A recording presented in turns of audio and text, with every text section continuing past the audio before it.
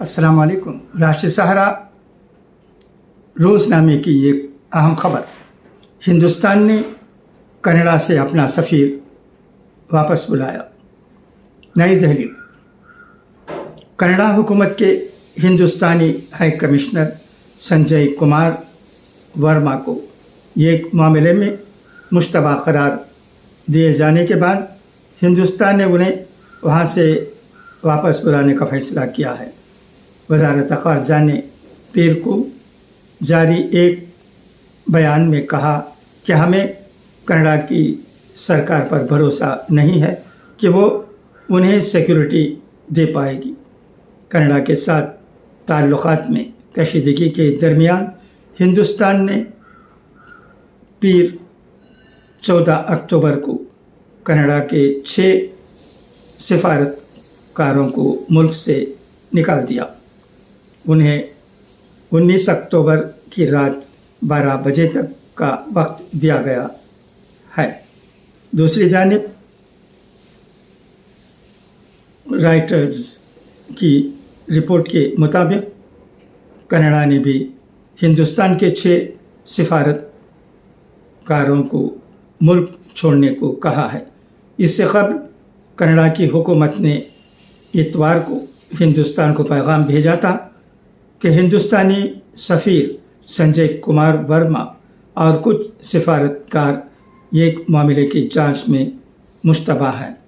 अभी तक ये वाज़ेह नहीं है कि वो किस मामले में मुश्तबा हैं, लेकिन उन्हें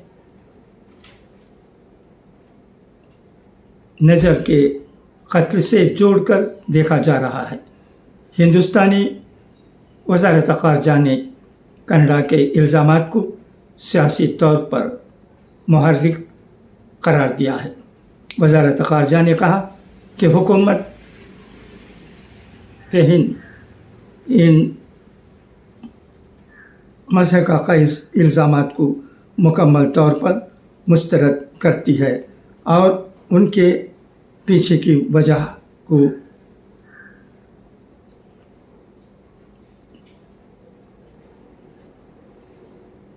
हुकूमत का सियासी एजेंडा मानती है, जो वोट बैंक की सियासत से मुतासर है।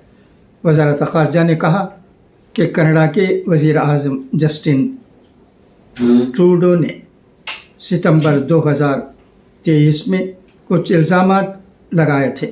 हालांकि कनाडा हुकूमत ने मुतअद्दिद बार तलब करने के बावजूद एक भी सबूत हिंदुस्तानी हुकूमत के साथ शेयर नहीं किया।